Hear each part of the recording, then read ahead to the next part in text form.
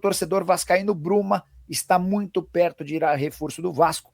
Atacante de Guiné-Bissau, naturalizado português, com passagens pela seleção portuguesa e que era destaque no Braga. A operação está fechada entre os clubes. Vasco e Braga, inclusive, já estão trocando documentos para que a transferência aconteça de forma definitiva. O que dá para dizer é que o Bruma vai custar mais barato do que havia sido oferecido pelo Vasco ao América do México pelo Brian Rodrigues. Bruma, que caiu no gosto do torcedor vascaíno, tem enorme capacidade técnica, velocidade, bom drible, era o ponta que o Vasco tanto buscava. Além da contratação desse jogador, o Vasco ainda vai tentar mais um reforço para essa posição. Não se descarta a possibilidade de Rony, apesar das cifras bem altas pedidas pelo atleta. Para completar o noticiário, Cruz Maltino, empate em 2-2 com o Volta Redonda pelo Campeonato Carioca, resultado que impede o Vasco de assumir o campeonato, a liderança do Campeonato Carioca de forma isolada. Destaque para Verratti, autor dos 2 gols do Vasco, são 4 jogos e 5 gols na atual temporada. O Verratti já é o terceiro maior artilheiro estrangeiro da história do Vasco, tem 38 gols, só 5 atrás de Germancano, que aparece como o segundo artilheiro, maior artilheiro entre os estrangeiros. Conversei aqui no Braga com pessoas importantes ligadas ao presidente Antônio Salvador.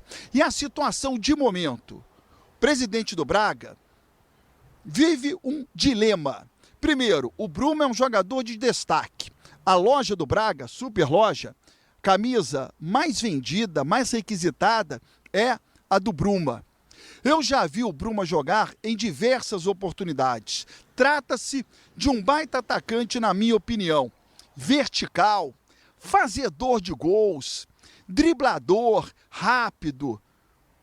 Chega para ser titular no Vasco da Gama. Qual é o dilema do presidente Antônio Salvador? O Bruma foi contratado por 6,5 milhões de euros, junto ao Fenerbahçe. Ele tem uma multa rescisória de 20 milhões. Mas nem vamos discutir essa multa rescisória, porque o Braga não está exigindo e o Vasco não vai pagar. A questão dos 6,5 milhões que o Braga pagou para ter o Bruma. O Antônio Salvador tem um dilema. Ele vende o Bruma agora pelo valor que o Vasco está oferecendo, entre 6 e 7 milhões, 6 milhões e mais algumas metas, ou ele vai querer uma grana para recuperar ao menos o dinheiro do Bruma, ou permanecer com o Bruma esperando uma melhor oferta do Benfica. O Bruma tem 30 anos de idade. O presidente sabe que dificilmente ele vai conseguir um lucro muito maior em um futuro com o Bruma, pela idade que o jogador tem. E há um detalhe, o Bruma é um jogador muito querido pelo torcedor local e o presidente Antônio Salvador não quer criar nenhum atrito com a torcida do Braga por conta de se desfazer daquele que, na minha opinião, é o melhor jogador do clube. Armindo Tué na Banha é o nome do Bruma, que tem contrato com o Braga até o final da temporada de 2027. Ele já passou pela Turquia, pela Espanha, pela Alemanha, Holanda e Grécia, mas vive o melhor momento, ou está vivendo o melhor momento da carreira aqui no Braga, isso não tem a menor dúvida, hein? O Braga joga na próxima segunda-feira diante do Moreirense. Jogo que será realizado numa cidade próxima aqui de Braga, mais ou menos 30 quilômetros, e ele está se preparando normalmente no centro de treinamento para essa partida. Essa aí é a comemoração característica do Bruma. A cada gol que ele marca, ele acaba enchendo um balão, uma curiosidade, né? As pessoas ligadas ao presidente Antônio Salvador não acreditam nessa possível negociação. Mas quem vai comandar, quem está comandando é o próprio presidente. Bom, eu vou continuar por aqui, atento, apurando, conversando, vendo os desdobramentos e a qualquer momento eu retorno com esse assunto assim que eu tiver novidades nas redes sociais. Beleza? Vasco chegou bem no Espírito Santo ontem, uma grande festa, mais uma vez, os jogadores recebendo o carinho da torcida local. O Pequeno Príncipe, Giovani, foi até a concentração do Vasco da Gama, recebido pelo presidente Pedrinho, recebido pelos principais jogadores do elenco vascaíno. Muito legal, bacana, mais uma vez, parabéns aí ao departamento de marketing do Vasco pela linda festa promovida junto aos torcedores locais e também ao ex e eterno ídolo da torcida vascaína, o Giovani, o Pequeno Príncipe. O Vasco encara hoje o Volta Redonda, uma vitória seria importantíssima para que o Vasco consiga chegar à liderança da Taça Guanabara e dar tranquilidade na reta final, quando o Vasco irá enfrentar os 3 clássicos Fluminense, Botafogo e Flamengo.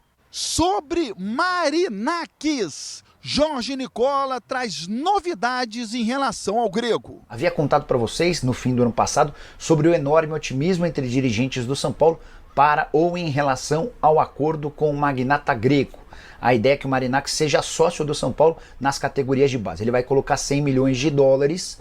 Essa grana será investida ao longo de 5 anos para que o São Paulo seja o clube que mais compra jogadores de base, do sub-11 ao sub-20 em toda a América do Sul. Surge uma estrela no Equador, o São Paulo vai e contrata. Surge um craque ou um candidato a craque, porque estamos falando de atletas da base. Na Argentina, o São Paulo tem condição de contratar. E depois vai vender esses jogadores assim que eles forem utilizados no time principal.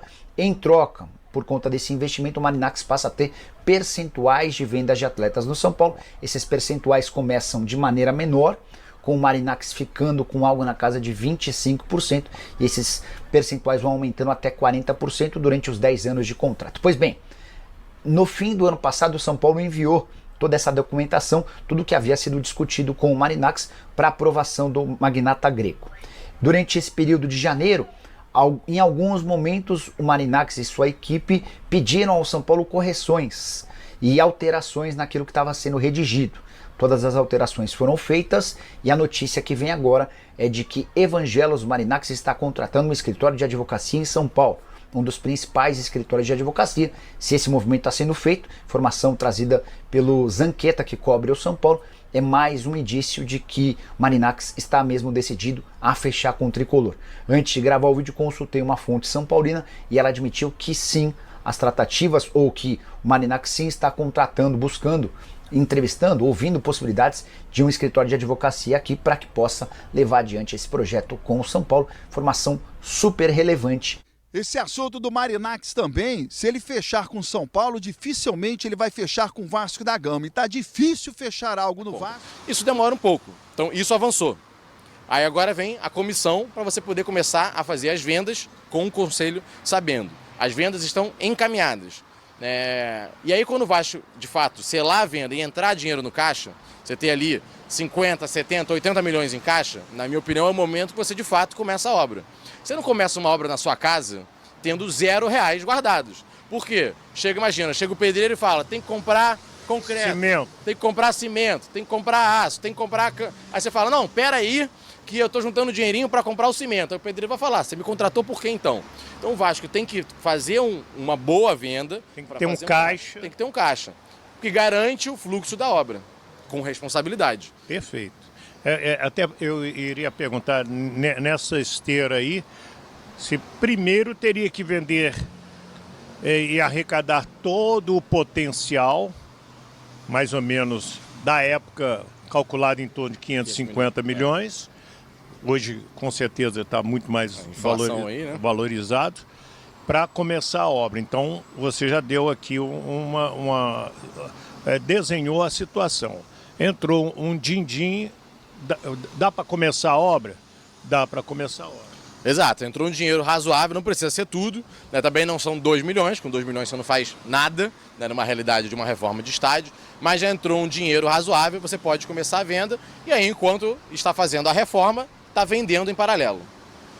Outra coisa que eu queria te perguntar, porque já me perguntaram, o primeiro São Januário, que vai completar 100 anos, ele foi feito com os vascaínos ricos, os portugueses, e quem era pobre Carregou o carrinho de massa, botou tijolo em cima de tijolo e saiu aquele monumento histórico do Rio de Janeiro que se chama São Januário.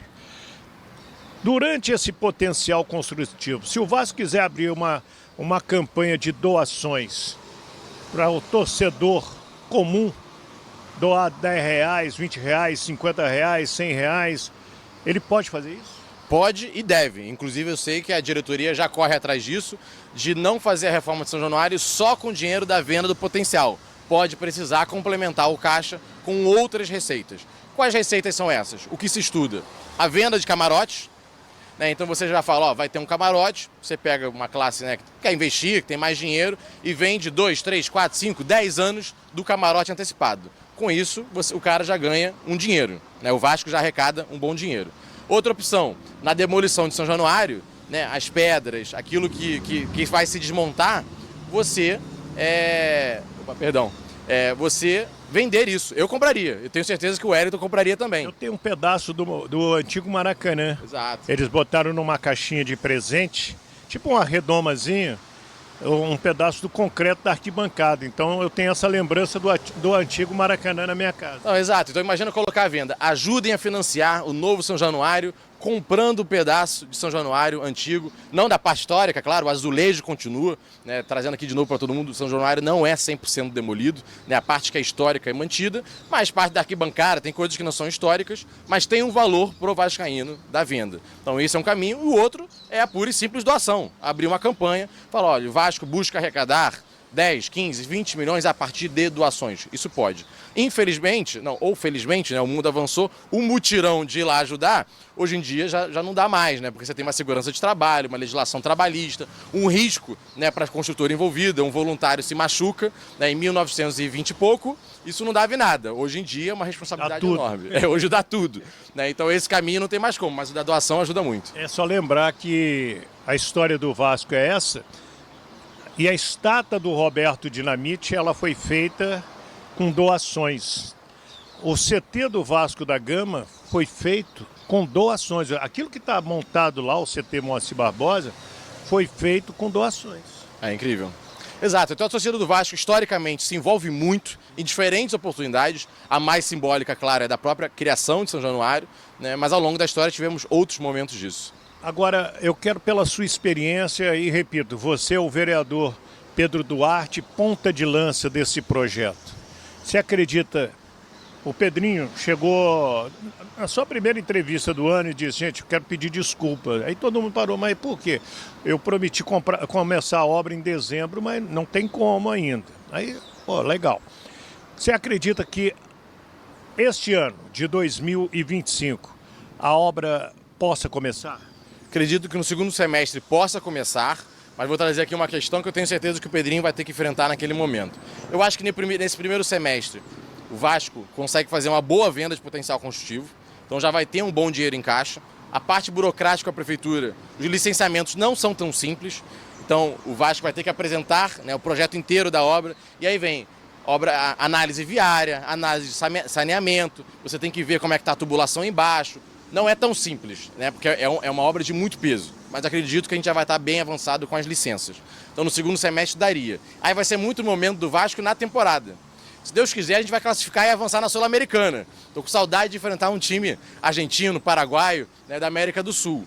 Imagina, se o Vasco está num bom momento, precisando de São Januário, imagina, vai fechar São Januário, aí eu não vou lembrar o calendário exatamente, mas quarta, numa semi-sul-americana, no momento chave do brasileiro, está avançado na Copa do Brasil, então vai ter que fazer análise e falar, olha, vamos segurar 2 meses, porque a gente está no momento chave do brasileiro, porque é isso, começar a obra... E a gente precisa do nosso campo. Sempre fez uma diferença enorme, né? Ainda mais a gente sabe que é o elenco, a gente viu, né, nas últimas 2 temporadas, a diferença do aproveitamento do Vasco fora e dentro de casa, isso é histórico, né? Então imagina no momento chave da temporada, por causa de 1 ou 2 meses, né, fechar São Januário antes. Então imagino que o Pedrinho vai se deparar, vai ter condições já bem avançadas, mas vai ter que ver o momento do ano.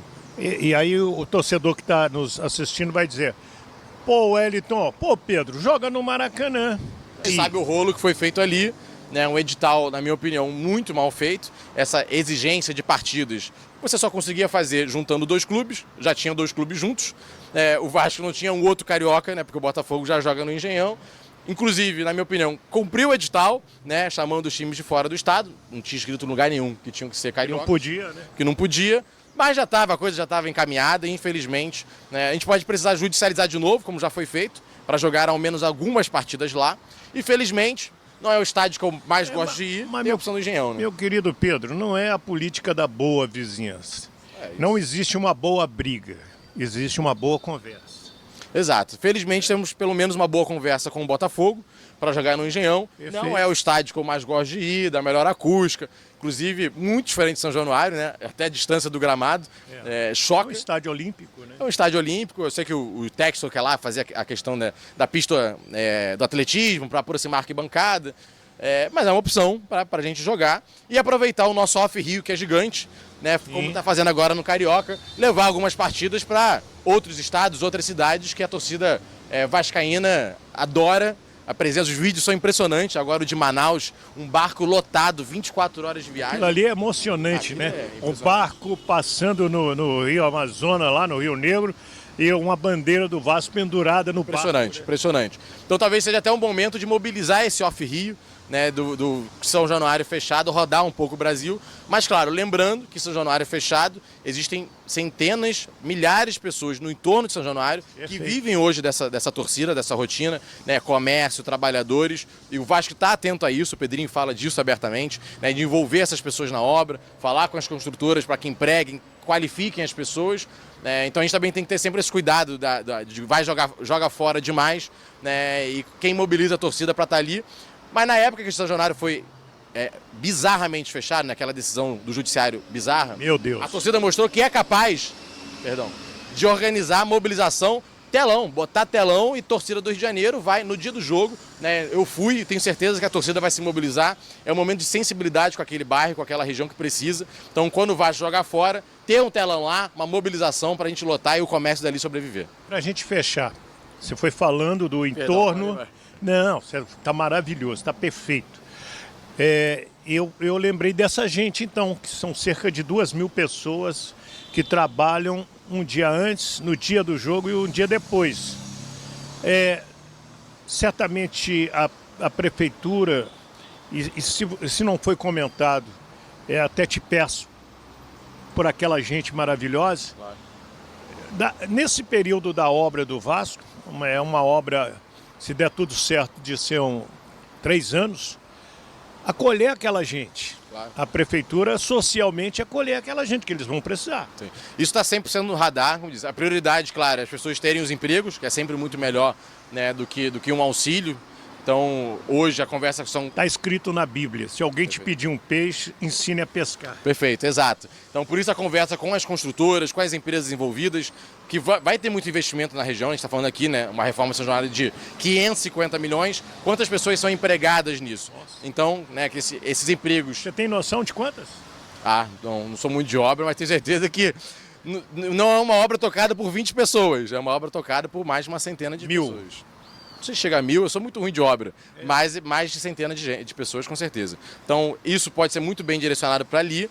Essa mobilização, né, de nas partidas, a torcida continuar indo, o Vasco certamente traz o ídolo para acompanhar o jogo junto, faz uma mobilização, e a prefeitura está atenta a isso também, porque pode acontecer de algumas não conseguirem, não conseguir um emprego, ou o comércio não está mexendo o suficiente, e a prefeitura poder, né, chegar nesse auxílio temporário. Nada mais justo.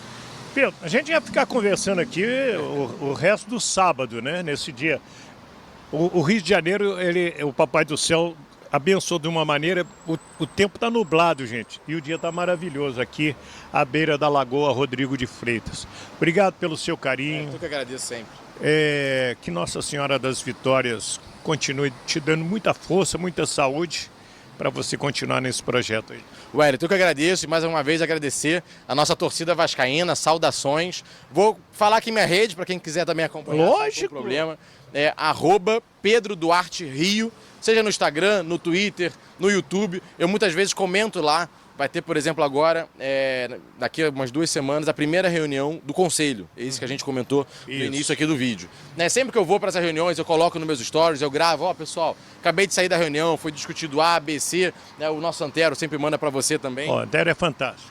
O Antero é um craque vascaíno também. Sim, você estava chegando, Ele pagou a água de coco, o Antero. Ele é um mão aberta. E aí a gente ficou tricotando sobre Vasco. Não, excelente, é um craque aí, a gente fica conversando muito de Vasco. Então quem quiser acompanhar lá nas redes vai ser muito bem-vindo. Mais uma vez é @PedroDuarteRio. E o Wellington, mais uma vez, parabéns pelo seu trabalho, a cobertura que você faz de Vasco é incrível. Então é isso, família Cruz Maltina. Muito bom dia, seja bem-vindo aí ao canal Vasco 98. Como sempre, já chega deixando aquele like, se inscrevendo no canal, ativando o sininho de notificações, beleza? Agradecendo sempre as imagens dos canais aí que estão sempre com a gente, canal aí do Wellington Campos FC, canal aí do Leonardo Baran, canal do Nicola, canais esses que, e fora outros que também estão sempre com nós. E todos os links aí estão na descrição aí do vídeo. E se inscreva também no canal deles, galera, que eles estão sempre trazendo novidades importantes. Certo? Bem, vamos falar aqui sobre o jogo de ontem, né? O Vasco que fez uma partida terrível, tá? Terrível, com falhas individuais. Zagueiro que chegou agora falhando. O Vasco sendo dominado pela equipe do Volta Redonda, uma equipe de segunda divisão.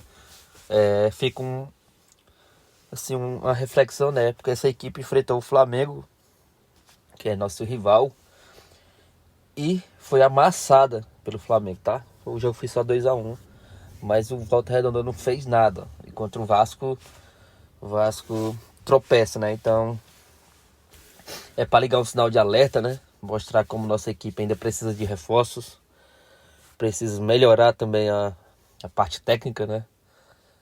Vasco tem que ir ao mercado, porque o time precisa aí dar resposta ao torcedor, né? Que lotou lá o Espírito Santo, fez uma grande festa, mas o resultado não foi o que a torcida queria. Certo? Vamos falar aqui sobre reforços, tá? Reforços. Vamos atualizar a situação de Bruma, tá? Bruma, que é o novo reforço do Vasco, tá? Confirmadíssimo. Ontem a gente trouxe para vocês aí que o Bruma estaria por detalhes e está fechado, tá?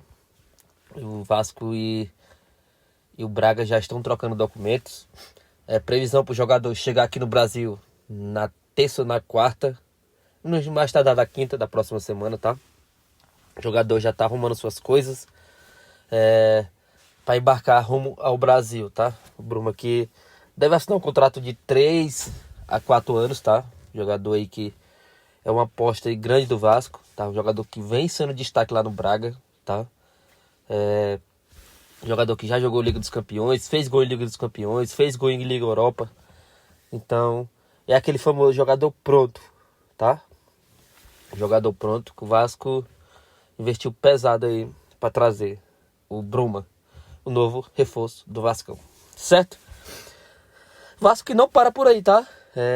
A situação de Soteldo, o Vasco vai tentar avançar nessa negociação, tá? Com o Soteldo. Ontem a gente trouxe a informação, né, que o Santos está interessado no Esforça.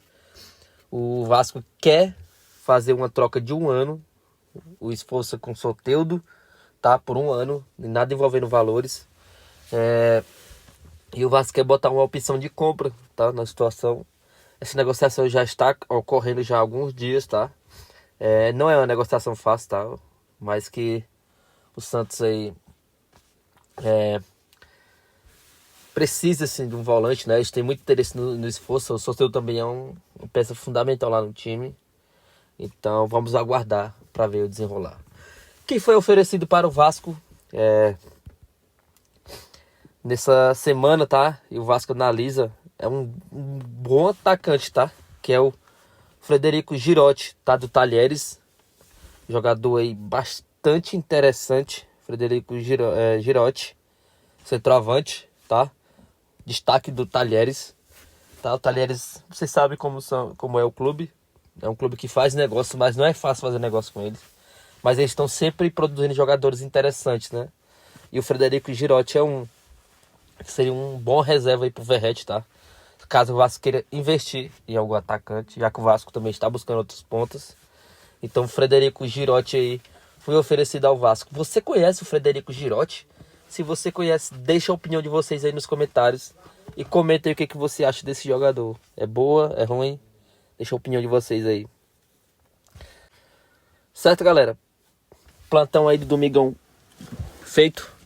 Bom domingo a todos. Deixa aquele like, se inscreva no canal, ativa o sininho de notificações. Comenta aí embaixo o que você achou, se esses nomes chegariam para ajudar o Vasco. Se conhece algum, deixa a opinião de vocês. Um forte abraço e até mais.